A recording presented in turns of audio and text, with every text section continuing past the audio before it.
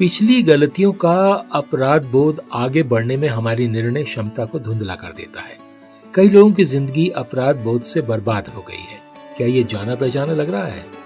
नमस्कार, मैं हूं क्रिस्टोफर सिंह और आज के ताजा कार्यक्रम में एक बार फिर से आपका स्वागत है। लुडविग टेस्नो एक जर्मन बढ़ई था जिसने 1901 में 2 छोटे लड़कों की हत्या का दोषी ठहराया गया।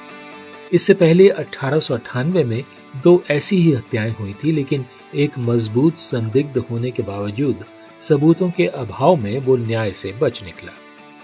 टेस्नो गहरी आंतरिक पीड़ा में जी रहा था और लगातार अकेला और अस्थिर होता जा रहा था। अपराध बोध से ग्रस्त लेकिन शुरुआती हत्याओं को कबूल करने में बहुत शर्मिंदा, उसने अपने अतीत को गोपनीयता और इनकार में दफनाने की कोशिश की। जब फोरेंसिक विज्ञान ने उसे पकड़ लिया तो 1901 में हुई दूसरी हत्याओं में उसकी भूमिका उजागर हो गई। लेकिन टेस्नो ने कभी मुक्ति नहीं मांगी और उसके पछतावे ने कभी पश्चाताप नहीं किया, सिर्फ निराशा ही हाथ लगी। बस यही है अपराध बोध का आत्मा को कुचल देने वाला बोझ। लेकिन परमेश्वर ने अपने लोगों इज़राइल से भविष्यवक्ता के माध्यम से क्या कहा, वो ये है जो बाइबल में लिखा है।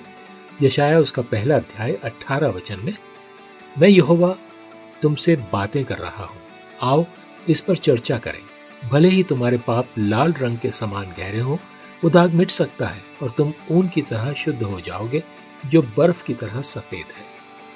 ये सुसमाचार यीशु मसीह के शुभ समाचार के मूल में निहित है।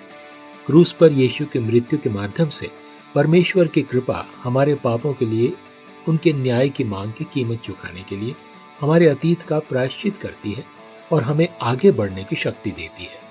वो हमारे पापों को नजरअंदाज नहीं करता। जी नहीं, मसीह में उसकी दया के माध्यम से जब हम यीशु के माध्यम से परमेश्वर से क्षमा मांगते हैं तो वो हमें हमेशा के लिए पूरी तरह से क्षमा कर देता है। तो आप क्या मांगेंगे? क्योंकि आपका अगला कदम आपकी पिछली गलती से कहीं ज्यादा मायने रखता है। यही परमेश्वर का ताजा वचन है आज आपके लिए।